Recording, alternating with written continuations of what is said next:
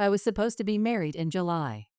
It's strange how life has a way of completely upending your expectations, especially when you spend your days helping others navigate their family crises. As a social worker at Silver Pines Care Center, I'd counseled countless families through their darkest moments. Yet nothing in my professional experience prepared me for what happened 2 months before my wedding. I had just returned from a 3-day conference on elderly care reform in Boston. My mind was still processing the morning's session about family trauma when I opened the door to my apartment. The sight that greeted me, my fiancé James in bed with my best friend's sister, felt like a scene from someone else's life. But the physical symptoms were unmistakably real. The sudden nausea, the trembling hands, the ringing in my ears. "Get out." My voice was surprisingly steady, probably drawing on years of experience handling crisis situations at work. Now, James scrambled for excuses, but I'd heard them all before from families I counseled. I gave him exactly 1 hour to pack his essentials and leave. As he gathered his things, I stood there thinking about all my elderly clients who'd stayed married for 50, 60 years. I'd always admired their dedication. Now I wondered how many of them had faced moments like this. 1 week later, true to my word, after 7 days of his silence, I gathered everything he'd left behind. Years of helping families clear out their loved ones' rooms at the care facility had taught me to be methodical. Each item went into categorized boxes: donations, trash, return. The engagement ring, a gaudy thing that never quite matched my simple taste, went straight to a reputable pawn shop. I used the money to fund an art therapy program for our dementia patients. His reaction to finding his possessions on the curb with a free sign was predictably dramatic. I blocked him on every platform, drawing the same firm boundaries I'd advised countless families to establish in toxic situations. When he showed up banging on my door at midnight, I didn't hesitate to call the police. I did the same when he created a scene at Silver Pines, frightening my elderly residents. And when his entire family arrived en masse to plead his case, I treated it like any other family intervention I'd handled, with firm boundaries and zero tolerance for manipulation. Later that month, one might think that being a social worker specializing in family trauma would make personal betrayals easier to handle. It doesn't. While I could manage James' infidelity with professional detachment, his partner in crime was a different story. I made sure her husband knew exactly what I'd walked in on. My professional ethics demanded honesty, even when it hurt. The fallout was swift and predictable. She was asked to leave their home, retreating to her parents' house in shame. Then came Emma, my former best friend, attempting the same manipulative tactics I'd seen tear families apart. Emma cornered me at work, catching me between counseling sessions. "Sarah, this is ridiculous," she said, blocking my path to the conference room. "You need to give them both a chance to explain. There might be more to the story than you know." Looking at her, I remembered all the times I counseled families through betrayal. "Emma, every day, I help people rebuild trust after it's been destroyed. But some breaks can't be mended. Some actions don't deserve explanations." Her face contorted with anger. "You're being petty and cold-hearted. You've ruined my sister's marriage." The irony struck me like a physical blow. After years of helping families navigate complex emotional situations, I found myself applying the same principles to my own life. "No, Emma. Your sister ruined her own marriage when she chose to sleep with my fiancé. I counsel families through betrayal every day. I know exactly what this kind of choice does to people. I won't maintain relationships with anyone who thinks betrayal is acceptable." Later that week, the confrontation with Emma festered beneath my professional exterior, mixing with years of suppressed family history. At Silver Pines, I counseled families through their darkest moments daily, but my own family's dysfunction remained untouched. Perhaps that's why, when I finally faced my parents, everything I'd learned about conflict resolution crumbled. I'd chosen Castellano's, an upscale Italian restaurant downtown, thinking the public setting might temper the inevitable confrontation. In what was either a stroke of brilliance or pure masochism, I invited Daniel Carter, a compassionate NPO worker I'd met through a joint community outreach program. His presence, I hoped, would prevent my parents from their usual tactics. I should have known better, after all. I'd seen enough family interventions go sideways to know better. At Castellano's restaurant, my parents were already seated when we arrived. Dad, Richard Thompson, prominent real estate executive and serial philanderer, wore his trademark confident smile. Mom, Diana Thompson, the perfect corporate wife, maintained her usual composure, the same mask I'd watched her wear through countless family scandals. Sarah, darling, Mom's perfectly manicured fingers fidgeted with her napkin as her eyes darted between me and Daniel. We weren't expecting company. I recognized the subtle tensions in her posture, the slight strain in her voice, the same signs I looked for when assessing troubled families at work. But my parents had a mission, and no amount of witnesses would deter them from their campaign to reconcile me with James. The inevitable started between the appetizer and main course. He's absolutely devastated, Sarah, Mom began, her voice carefully modulated. You owe it to him to at least hear him out. 5 minutes, that's all he's asking for. Dad joined in, swirling his expensive Cabernet. The affair meant nothing. He made a mistake. You're being unnecessarily cruel. Calling the police on him? On his family? They're good people, Sarah. They don't deserve such humiliation. He's struggling, depressed, Mom added, reaching for my hand across the table. Everyone's worried about him. He truly loves you. Each word felt like a personal attack on everything I stood for professionally. I counsel people daily about maintaining healthy boundaries, about self-respect, about breaking cycles of abuse.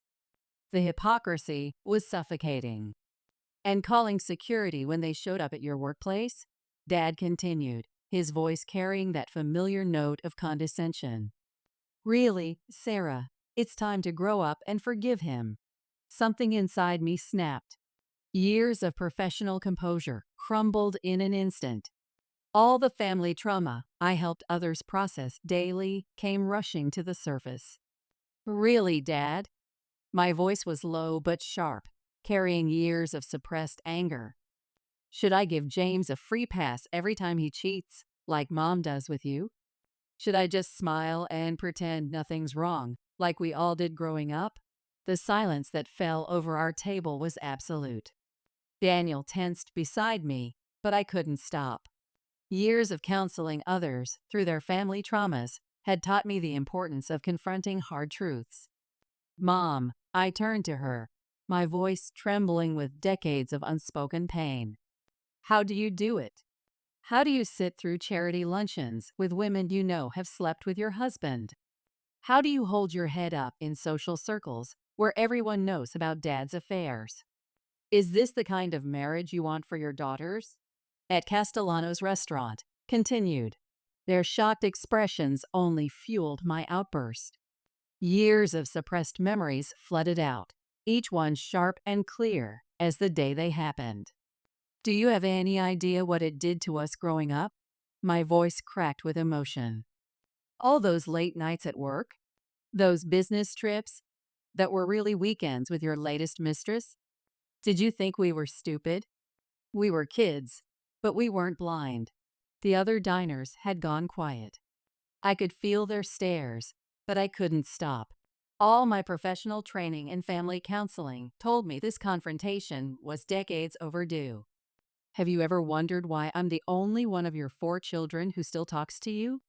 Why you've never met your grandchildren from my brothers? Why Anna hasn't spoken to you in years? I leaned forward, my hands flat on the table to stop them from shaking. Did you think she was just being dramatic? That it was just a phase? Daniel placed a steadying hand on my arm, but I shrugged it off. The dam had broken, and years of professional expertise in family dynamics made the pain even sharper. I could name every pattern, every dysfunction we'd lived through. I stood in your kitchen at 16, watching Mom cry over lipstick on your collar. I listened at 17 when she tried to convince herself your secretary was just being friendly. I sat through family dinners where we all pretended not to notice you checking your phone under the table, smiling at messages that weren't from Mom. I stood up, my legs trembling, but my voice strong. Congratulations! You've just lost your last remaining child. I hope your arrogance and willful blindness keep you warm at night. I hope every affair, every lie, every moment of happiness you stole from our family was worth it. After the confrontation, Daniel proved himself to be more than just a witness to my family's implosion. He guided me to Murphy's, a quiet bar a few blocks away, and let me cry on his shoulder as years of professional composure finally crumbled. Despite spending my days helping others process their emotional trauma, I found myself unable to handle my own. The bartender kept the drinks coming as I poured out 30 years of family history. I told Daniel about the Christmas when Dad missed opening presents because he was stuck at work. We later found out he was with his girlfriend in Aspen. About the time Mom found another woman's earring in their bed and convinced herself it must have stuck to Dad's dry cleaning. About the countless family events where we had to pretend not to notice Dad's mistresses in attendance, sometimes sitting at our very table. The worst part, I remember saying, my voice thick with emotion and probably too much whiskey, is that I couldn't protect my mom. None of us could. We watched her shrink herself year after year, making herself smaller, quieter, more understanding, as if his affairs were somehow her fault. Daniel listened without judgment, occasionally offering tissues or gentle words of support.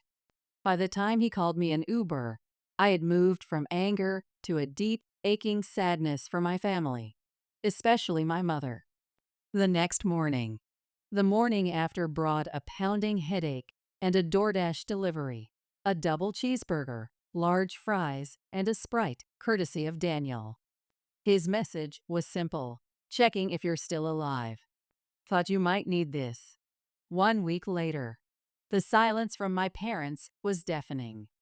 As a social worker specializing in family reconciliation, I understood the phases of family conflict intimately, yet experiencing it personally was different. I hadn't blocked their numbers. My professional instincts wouldn't let me completely sever ties. But no messages came. The regret started creeping in, not for what I'd said, but for how I'd said it. The image of their faces during my final words haunted me.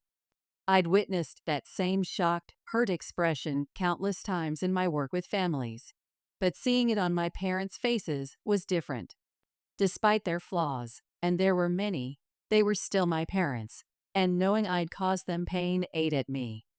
2 weeks later, the real turning point came when my mother showed up at my apartment at 11:47 p.m.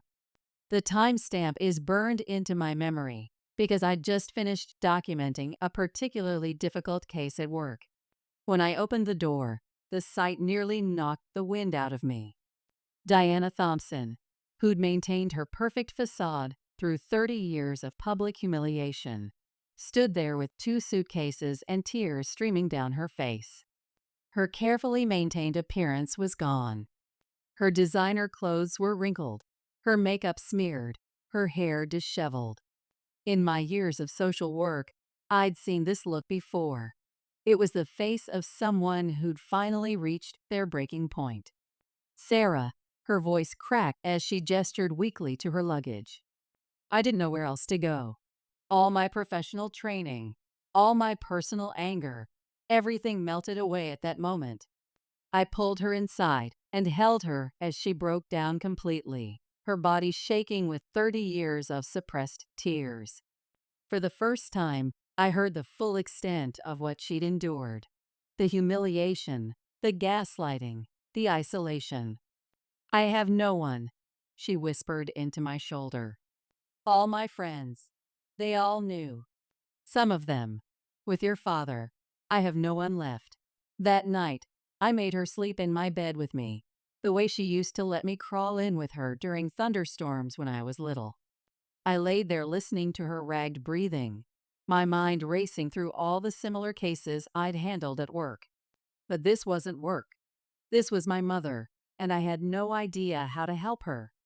I called my siblings that night, my professional training telling me she needed her support system now more than ever. To my surprise, they all came, even Anna, who hadn't spoken to our parents in years. Within days, my apartment became a makeshift family counseling center. Though this time, I wasn't the counselor, but a participant. My sister joined us in my bed, 3 generations of Thompson women finally facing our shared trauma together. We cried, we raged, we laughed at inappropriate moments. We shared memories we'd never spoken of before, each of us realizing we weren't as alone as we'd thought.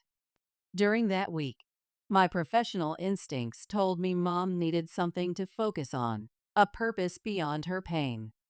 That's how we ended up at the local shelter on a rainy Tuesday afternoon. I'd referred many clients there, seen how animal therapy could help heal deep emotional wounds. But watching my mother, still in her designer slacks and cashmere sweater, fall in love with a scruffy 5-year-old mixed breed was something entirely different. The dog, whom she immediately dubbed her baby, was a perfect mix of sweet and chaotic. He followed her everywhere, slept pressed against her side, and somehow managed to get himself into the most ridiculous situations. The night we had to call the fire department because he wedged his head between the stair spindles was both terrifying and absurdly funny. Mom naturally defended him completely. He was just trying to see what was on the other side, Sarah. He's curious.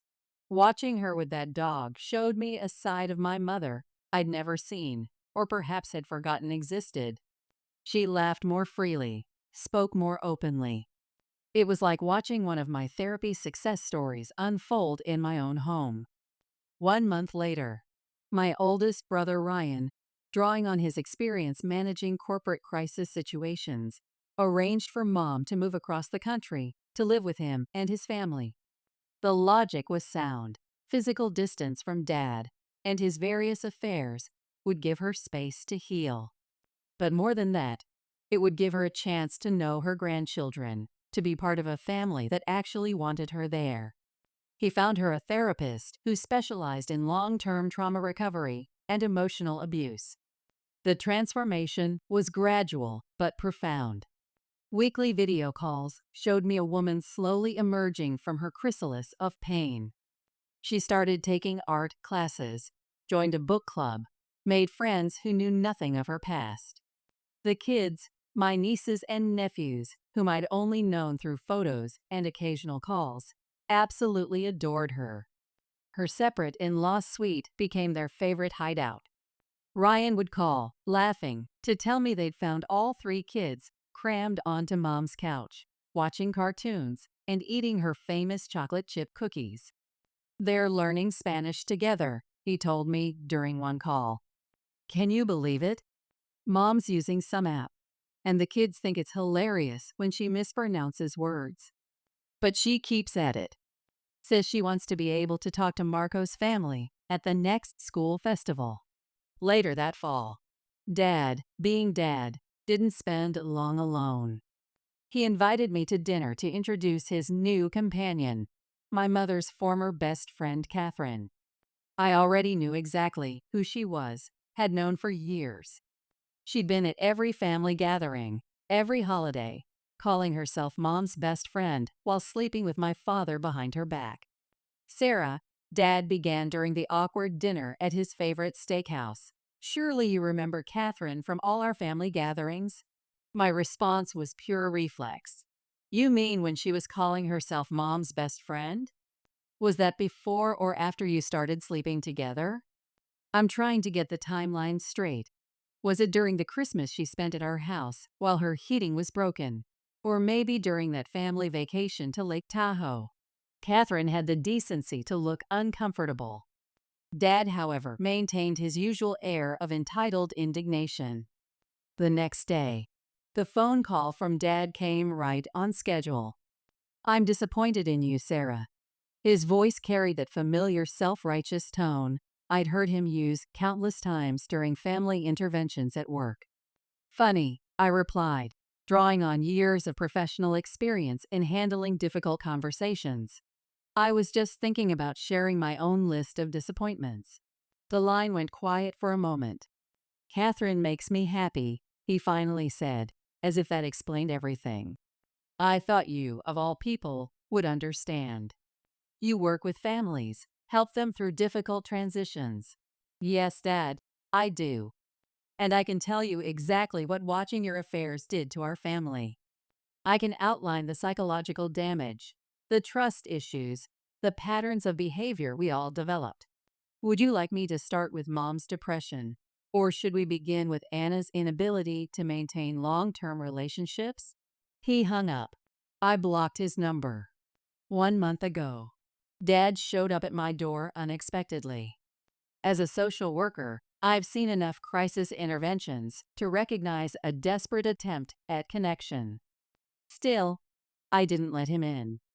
"I don't want to lose you, Sarah," he said through the door, his voice carrying an unfamiliar vulnerability. "You're all I have left." "That's your own doing," I responded, but without the anger I'd felt before. "Every choice you made led to this moment." We stood there, the door between us, neither speaking for what felt like hours. Finally, he made a proposal. He wouldn't force his relationships on me if I agreed to maintain some contact. Simple dinners, just the two of us. No Catherine, no pretense. Present day. Following the advice I've given to countless clients, I finally started therapy myself. The irony of a social worker sitting on the other side of the desk isn't lost on me. It's been humbling and, frankly, excruciating. Some sessions leave me wanting to head to Murphy's and drink until I forget everything we've discussed. Dr. Peterson, my therapist, helps me unpack years of family dynamics I thought I understood. Turns out, understanding something professionally doesn't mean you've processed it personally. Each session feels like peeling back another layer of an endless onion, revealing patterns I help others identify but failed to see in myself. "You learn to be the mediator early," she told me in one particularly difficult session. "It's not surprising you chose a career in social work. You've been practicing it since childhood. The hardest part is acknowledging how my professional knowledge both helped and hindered my personal growth. I could identify every dysfunctional pattern in my family, but that intellectual understanding became a shield against actually feeling and processing the emotions behind them." Regarding Daniel. Through all of this, people keep asking about the man who witnessed my family's implosion at Castellanos. Daniel's reappearance in my life came through an unexpected channel. He found me on a YouTube podcast discussing family trauma. His message was simple: "Is this you?" My initial mortification kept me from responding. When I finally read his messages weeks later, I found thoughtful observations about family dynamics and healing, along with screenshots of viewer comments about our story. His perspective as an NPO worker dealing with community support programs aligned surprisingly well with my social work background. We managed to meet for coffee between our hectic schedules, his community outreach programs, and my increasing caseload at Silver Pines. His persistence surprised me. He had a way of checking in that never felt pushy, but remained constant. Like some of the therapy dogs I work with, he seemed to have an innate understanding of when to press forward and when to give space. These coffee meetings evolved into proper dates, each one revealing new layers of connection. He understood the complexity of family trauma through his own work, making him uniquely equipped to handle my ongoing family situation. He introduced me to his grandparents, his grandfather, a retired carpenter who carves intricate wooden figurines as a hobby, and his grandmother, Margaret, who's convinced I'm far too skinny for someone who helps people all day. I now own a growing collection of wooden birds, though I asked for an owl and got a goose, and my freezer is perpetually stocked with Margaret's homemade casseroles. In my phone, he's still saved as cheeseburger, though he insists it should be double cheeseburger, given his first act of kindness. We've compromised on DC for daily use, but I won't change the contact name. It reminds me of that first moment of kindness when my world was falling apart. The most endearing revelation came during one of our longer drives to visit my mother. He's actually a closeted Taylor Swift fan. He used to hide behind his sister and niece's interests, but now he's comfortable enough to use me as his cover. As someone who spends her days helping people embrace their authentic selves, I find it oddly fitting to be the beard for a grown man's Taylor Swift obsession. Final thoughts. Sometimes I think about how differently things might have turned out if I hadn't confronted my parents that night at Castellano's.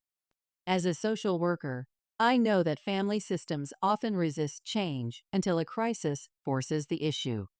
My mother might still be trapped in her marriage.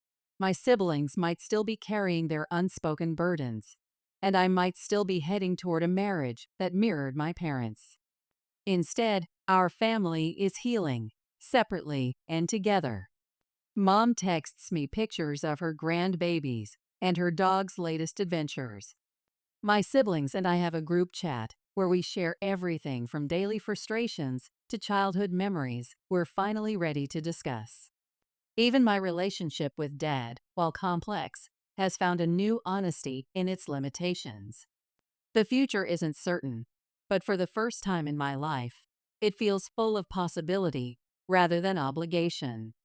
And maybe that's the best kind of healing there is. The kind that opens doors rather than closing them.